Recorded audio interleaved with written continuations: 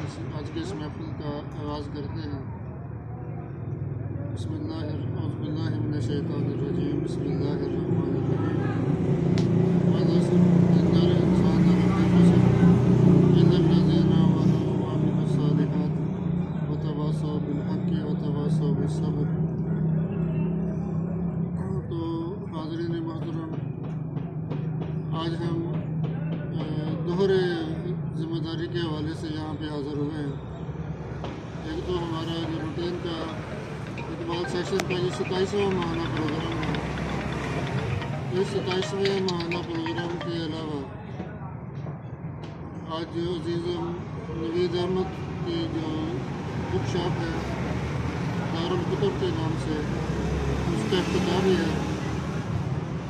تو آج دونوں کام کے جو مرکزی کردار ہیں وہ تراج صاحب ہیں۔ پہلے نمبر پر جو ہمارا ہوگا مختصر سا اقبال سیشن، جسے نظام اقبال کے تحت اس میں حکیم صاحب خطاب فرمائیں گے اقبال اور فلسفہ غم کے حوالے سے۔ انشاءاللہ میں آپ کے اور حکیم صاحب کے درمیان زیادہ دیر تک مخل نہیں رہوں گا، اور حکیم صاحب سے درخواست ہے کہ وہ اپنے مروجہ طریقے سے اقبال اور فلسفہ غم کے حوالے سے آج کے 27ویں اقبال سیشن کا آغاز کریں۔ بلا تخیر کہ امیر علی تراج صاحب۔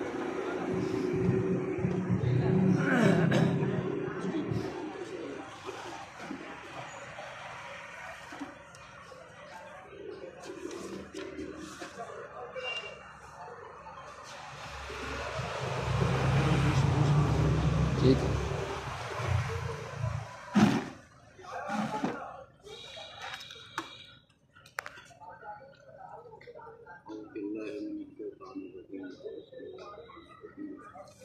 تمام حاضرین و ناظرین کو میری طرف سے سلام پہنچے۔